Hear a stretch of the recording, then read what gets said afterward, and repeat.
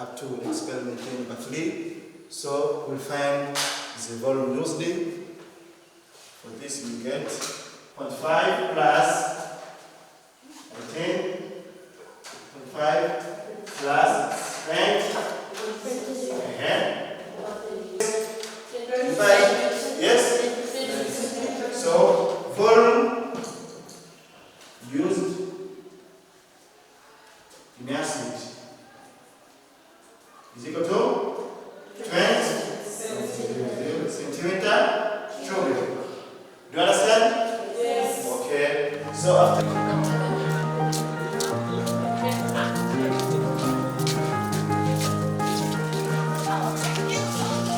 Karibu mtazamaji wa TBC1 katika makala haya maalumu tukiangazia mafanikio ya sekta ya elimu katika mkoa huu wa Mbeya.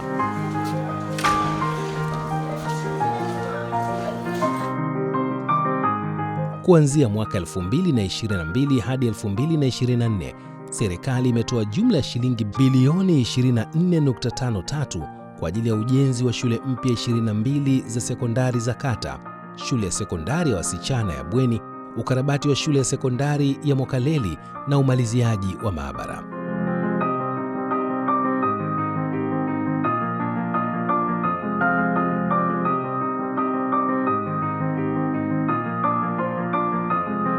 Hii leo tupo katika shule ya sekondari ya Mwakaleli iliyopo kijiji cha Mpunguti, kata ya Luteba, halmashauri ya Busokelo, wilaya ya Rungwe, tukiangazia maboresho na ukarabati mkubwa wa madarasa, mabweni, maktaba pamoja na maabara za fizikia, biolojia na kemia. Kwa majina anaitwa Mwalimu Moses Bakisanga. Nilifika shule hii mwaka 2016. Baada ya kufika hapa nimetumika mpaka leo, lakini katika mradi huu nilikuwa mwenyekiti wa mradi kwa awamu ya kwanza na kwa awamu ya pili. Nilipofika hapa katika kipindi hicho cha 2016, ni kweli nilikuta shule ikiwa na changamoto hasa za miundombinu ya msingi ya kufundishia pamoja na kujifunzia watoto. Kimsingi 2020-2019 katika kujadili vikao vya walimu, vikao vya wazazi, changamoto za kimiundombinu zilikuwa zikiripotiwa mara kwa mara. Kwa baadaye shule iliandika andiko kuomba halmashauri ili kuweza kuchakata namna ya shule kupata miundombinu iliyo bora kwa ajili ya kufundishia pamoja na kujifunzia watoto.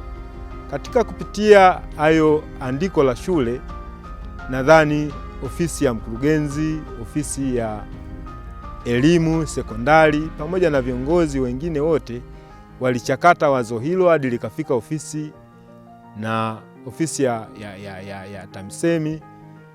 Bila shaka hawakuliacha nyuma jambo hilo, walituma wawakilishi, walikuja kufanya tathmini ya shule, wakaangalia miundombinu jinsi ilivyo. Basi serikali iliamua kuleta kiasi cha fedha kwa ajili ya kuboresha miundombinu ya shule. Kweli 2023 tulipewa taarifa shule imepokea kiasi cha fedha bilioni 1 kwa awamu ya kwanza. Na awamu hiyo ya kwanza miradi mingi ilibainishwa, miradi hasa ile ya kipaumbele. Mradi wa kwanza tunakumbuka tulijenga mabweni ya wanafunzi kwa sababu tulikuwa na changamoto kubwa ya mahali pa wanafunzi kulala. Tulijenga madarasa na kukarabati madarasa mengi yalikuwa mabovu, mabweni mengi yalikuwa mabovu, wanafunzi walikuwa wakihangaika kwa kiwango kikubwa sana. Kwa awamu ya kwanza ilipokuja bilioni 1, kimsingi litekeleza miradi ambayo ilikuwa iko nyeti: mabweni ya wanafunzi, vyoo vya wanafunzi, madarasa ya wanafunzi. Ilikuwa ni changamoto. Kwa hiyo tulijenga mabweni 4 mapya kwa ajili ya wanafunzi, ambapo 3 yalikuwa ni ya wavulana na 1 ilikuwa ni wasichana. Tulikarabati bweni la wasichana 1 na la wavulana bweni 1. Kwa katika hali hiyo tunaamini ilikuwa imesogeza hatua fulani katika kutatua changamoto za shule. Kwa kama mwenyekiti niseme tu nashukuru kwa kiwango kikubwa serikali ya Jamhuri ya Muungano wa Tanzania ikiongozwa na Rais Samia Suluhu Hassan. Kipekee nashukuru sana. Yaani ni commitment kubwa ambayo tunaona imefanyika kuhakikisha changamoto za shule zinatatuliwa kwa kiwango kikubwa. Na ninawashukuru wananchi, hasa walimu ambao waliibua changamoto, viongozi ambao walishirikisha changamoto, kuonekana hiyo changamoto kufika mbele na kupata majibu. Nguvu ya wananchi katika kushiriki mradi huu, kimsingi wameshiriki kwa kiwango kikubwa. Hasa mradi ulivyokuwa unaanza, wananchi walikuwa wanashirikishwa kuandaa saiti, baadhi ya wakati mwingine kufika kuona mradi unaendaje, kuchangia, hasa nguvu kazi. Wameleta nguvu kazi kubwa sana, hasa mradi unapoanza, wananchi kuja kuchimba mtaro ile msingi, kukusanya mawe, kusogeza. Kwa nafasi nyingi wameshiriki, japokuwa sio kwa usana, kwa sababu fedha ya serikali ilikuwa imetengwa na wananchi walikuwa wakifika kuangalia mradi unakwendaje.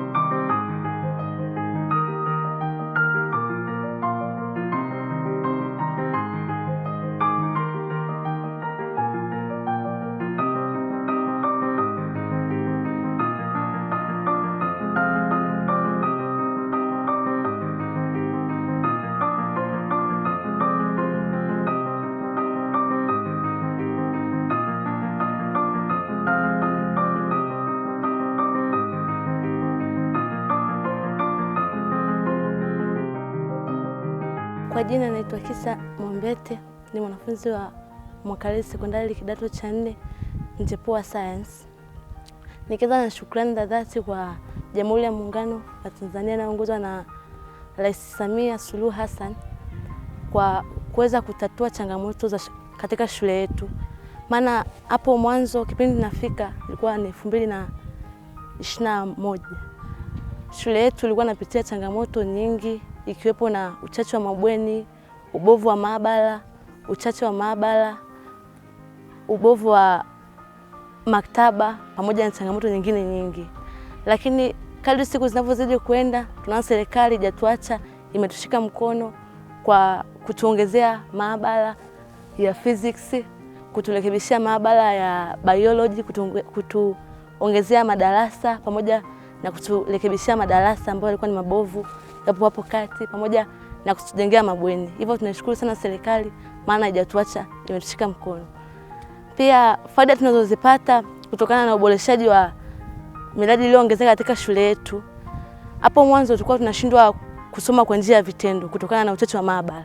Ila kwa sasa serikali imeweza kutusaidia, tunasoma kwa njia ya vitendo, yani kuwepo kwa maabara kama ya physics, ya biology, ya kemia na nyingine. Pia hapo mwanzo tulikuwa tunapata magonjwa ya mlipuko, mfano UTI, typhoid. Hiyo yote ilitokana na ubovu wa vyoo na kutoboreshwa kwa vyoo. Ila kwa sasa serikali imetujengea mradi wa maji ambao upo kule Uboizini, ambao unasaidia masaa 24 maji yawepo vyooni. Pia tunashukuru serikali kwa kutuboreshia mabweni na kutujengea mabweni.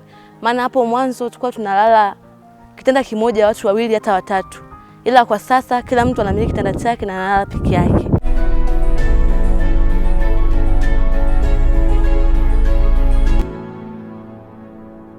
Kwa majina naitwa Samuel Monolesa, ni mkazi wa Dar. Nimekuja hapa Mwakaleli kwa lengo la masomo. Mimi ni mwanafunzi wa Mwakaleli Form 4 Mchepuo wa Art. Na nafurahi sana waandishi wa habari kufika katika shule yetu kuitembelea, sababu shule yetu ni bora na mazingira mazuri na miradi mizuri ambayo mama yetu Mama Samia ameiboresha kwa weledi mzuri kabisa. Toka nimefika hapa mwaka 2022, shule ilikuwa na mazingira mabaya kwa malezi kwa wanafunzi, ambapo palikuwa na uchache wa madarasa, nyumba za walimu, maabara, maktaba, na pia palikuwa na upungufu wa walimu, ambapo wanafunzi walikuwa wengi kupitiliza, ambapo haikuweza kukizi walimu kufundisha wanafunzi wengi, ambapo Mama Samia amefanya jitihada ya kuongeza madarasa na walimu. Pia ameongezea maktaba na maabara kwa wanafunzi wa jinsia zote. Pia Mama Samia ameweza kusaidia jengo la utawala, ambapo hata ukienda sasa hivi kwa jengo la utawala la zamani limechoka na ni baya kwa walimu na dhao kuishi mule. Mama Samia amejenga jengo la utawala jipya nzuri na walimu wanaishi kwa maeneo mazuri, na wanafunzi pia madarasa yao ni mazuri toka mwaka 2023 hadi sasa hivi 2025. Tunashukuru Mama Samia kwa upendo wako kwa wanafunzi kama sisi, umetukumbuka. Mungu akubariki. Mimi kama mwanafunzi wa Mwakaleli napenda na natamani kuwa mwalimu wa historia, kwa sababu walimu wanaonesha hali ya kujitoa na kuwa na hamu na mimi pia kuwa kama wao. Wanajitoa, wanatoa watu wengi ambao wengi ni mawaziri walipitia kwa walimu, hata pia marais wa nchi zote kokote uendako walipitia kwa walimu. Asante.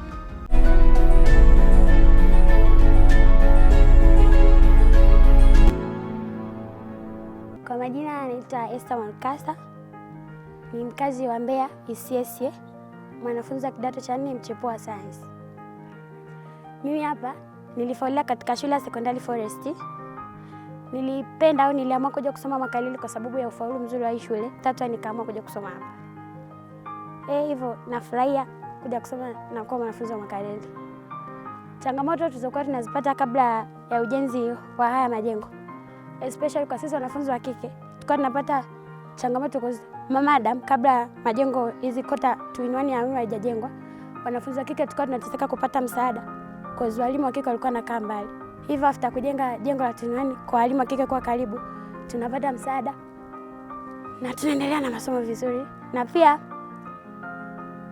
tumefanikiwa kukaa katika mabweni ambao kila sasa hivi tuna nafasi tofauti na mara ya kwanza kabisa. Tulikuwa wanafunzi tunabanana na kwa sasa tupo vizuri. Alafu tena ukiangalia kwenye upande wa vyoo tulikuwa tunateseka magonjwa ya mlipuko, kwa mfano UTI, lakini sasa hivi ukiangalia kuna maji ya kutosha, vyoo vilivyoboreshwa, hivyo kwetu sisi kwa wanafunzi inakuwa salama zaidi.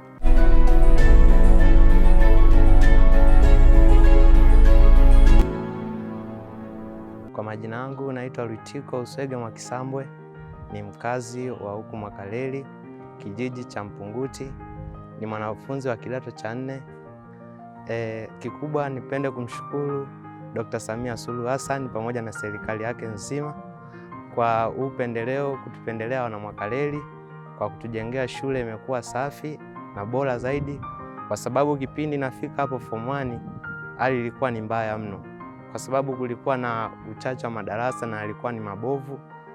Pia upande wa mabweni kulikuwa na changamoto, yalikuwa mabweni machache, wanafunzi kurundikana katika sehemu moja, na hivyo hata vyoo vilikuwa sio imara sana, hivyo kupelekea matatizo mengi. Hivyo nipende sana kumshukuru Dr. Samia Suluhu Hassan kwa ule upendo wake aliyetuonyesha kwetu wana Mwakaleli. Hata huko mtaani wazazi wetu wanashukuru sana kwa huu upendo uliotuonyesha kwetu hapa wana Mwakaleli, kwa sababu saizi tunaona shule inapendeza, inang'ara, tuna maabara zinazotosheleza kwa saizi, tunaweza kusoma kwa vitendo. Pia tumeona umetujengea ICT room kwa ajili ya masomo ya kompyuta. Napenda kukushukuru sana kwa hilo. Pia tunatoa shukrani zetu kwa kuwa umetujengea mabweni, pia bwalo la kulia chakula. Hizo ni pongezi zetu kwa Dr. Samia Suluhu Hassan kama mwakilishi wa wanafunzi wa Mwakaleli Secondary School. Pia niweze kutoa shukrani sana kwa Dr. Samia Suluhu Hassan kwa kuwa tunazidi kuiona shule iko vizuri sana. Kwa lingine sasa nipende kushukuru sana na kusema Mungu azidi kumbariki.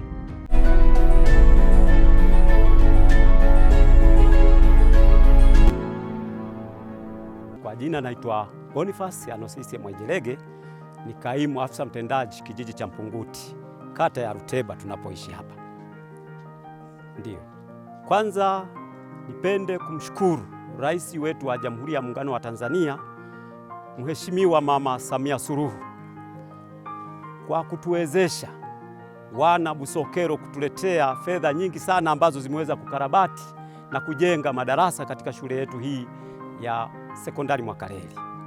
Kwa kweli hali ya nyuma ilikuwa sio nzuri kwa kweli. Majengo yalikuwa yamechakaa, samani za ndani zilikuwa zimechoka, lakini baada ya mama kutukumbuka, kwa kweli shule yetu sasa hivi inapendeza sana na inafurahisha kiasi kwamba imeongeza hata ufaulu kwa wanafunzi. Wanafunzi wamefaulu kwa kiwango kikubwa ukilinganisha na kipindi cha nyuma. Hata walimu wetu wanafundisha katika mazingira mazuri, kwa kweli inafurahisha. Hata sisi wananchi kwa kweli tumefurahi. Kwanza hali ya mazingira imebadilika, ukiangalia tu hali ilivyo, hali imekuwa ni nzuri, majengo yanapendeza. Pia wananchi wamefaidika sana sana kutokana na ujenzi wa hii shule. Wengi wamepata ajira za muda, wamepata kipato, kwa hiyo wameweza kukidhi mahitaji yao. Pili, hata wanafunzi kwa kweli ambao wanaishi mazingira jirani, kwa kweli wanasoma kwa raha sasa hivi ukilinganisha na kipindi cha nyuma.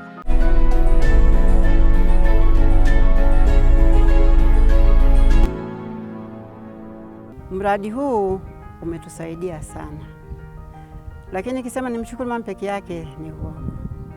Nishukuru pia hata chama na serikali yake anaiendesha vizuri, na sisi tuna imani naye sana. Ni vyema pia kushukuru ofisi ya mkoa, tunashukuru ofisi ya wilaya, tunashukuru ofisi ya mkurugenzi na madiwani wake, tunashukuru pia watu wengi tu, kwa mfano kikata hapa, tunashukuru kata, tunashukuru walimu, mkuu wa shule na walimu wake na wafanyakazi wengine jinsi walivyoweza kufanya huu mradi. Lakini pia tunashukuru bodi ya shule kwa kushirikiana na wanakijiji kuweza kufanikisha mradi hadi hapo tulipofikia. Sasa faida au manufaa tunayopata kutokana na huu mradi. Kwanza, huu mradi ni majibu ya maombi. Tuliomba hapa madarasa, mabweni yalikuwa mabaya sana, yani karibu yanaanguka, kuta zinachanika. Jamani, tukomba shule hii, jamani, tuomba mtusaidie madarasa na mabweni pa kulala watoto. Sasa hayo ndio majibu tumepewa. Sasa kwa kupewa majibu, mnaona hata nyinyi wageni mmekuja, mnaona madarasa yanapendeza, mabweni mengi yanapendeza. Kama ni madarasa mengi nayo yapo mazuri. ICT itakuja kwanza, watoto wetu watajifunza. Ndio furaha yangu na shukrani zangu kwenu. Alafu kuhusu faida nyingine ya kuwepo wanafunzi, kwamba wataweza kulala pazuri, wataweza kusoma vizuri. Lakini kwa wananchi sasa, kuwepo kwa wanafunzi wanahitaji vitafunwa au nini. Kwa hiyo kuna akina mama wanafanya biashara hapa, wanauza kidogo ambacho wanachouza, wakipata kinawasaidia kusomesha watoto na kukidhi mahitaji mengine ya nyumbani.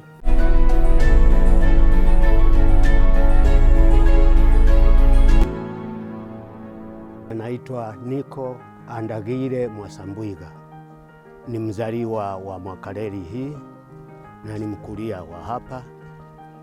Jambo la kwanza bila kuchelewa, napenda kumshukuru sana Mama Samia Suluhu Hassan kwa kazi aliyoifanya, ambayo hata kama wahenga wanazungumza kwamba ahera utawakuta, mimi nitakwenda kuzungumza kitu walichoacha wazazi wetu, kwa sababu majengo haya yalijengwa mwaka 1955 ndio shule ilianza.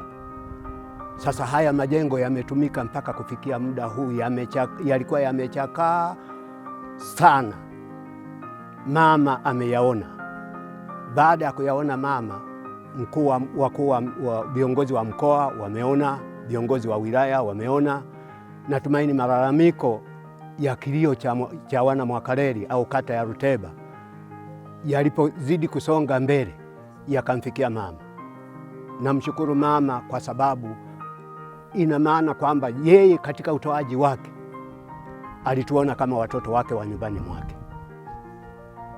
Pili, napenda kuushukuru uongozi wote wa serikali kwa kukubali, kwa sababu waliona majengo jinsi yalivyo na majengo yamejengwa. Mimi nipo jirani na shule. Matatizo ya huko nyuma ya wanafunzi na walimu yapo hapa moyoni mwangu. Kwa sasa hivi tena bado nayaona, uchungu umo moyoni mwangu. Naomba uongozi, naomba sana uongozi. Sisi wa zamani, mtoto akiugua au mwenzetu akiugua, tulikuwa tunabeba kwa mwanzi, tunafunga, tunabeba kupeleka hospitalini. Hilo lilikwisha. Sasa mimi ombi langu kwa serikali yangu, naomba kama kuna uwezekano angalau tupewe gari hata kama ni dogo, ili kuweza kusafirisha watoto wakiugua hapa badala ya kubebana mikononi kupelekwa hospitalini. Miaka hiyo niliyoisema ya 55 majengo haya ukianza kuunganisha ni miaka mingapi? Na kwa sasa hivi majengo yameanza kuonekana, majengo ni safi.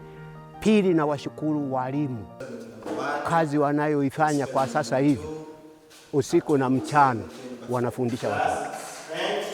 Na waomba wananchi popote pale walipo, kama watatusikia maoni yetu wana Mwakaleli, tunaomba watoto wawalete Mwakaleli.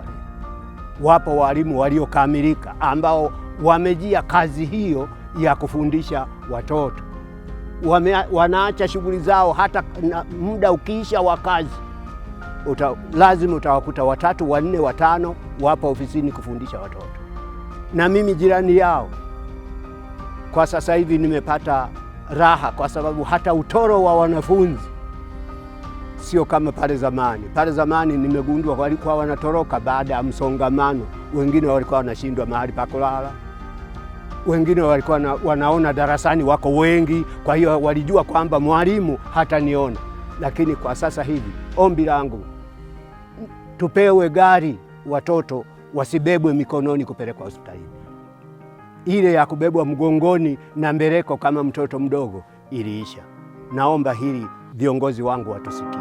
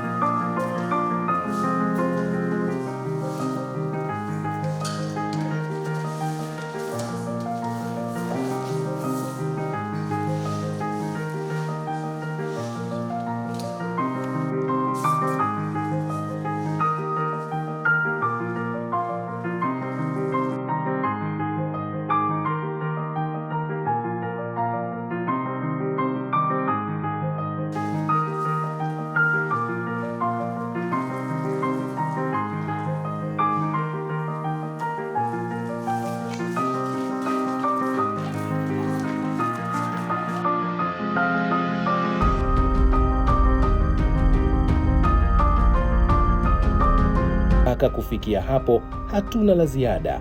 Karibu mkoa wa Mbeya, karibu wilaya ya Rungwe.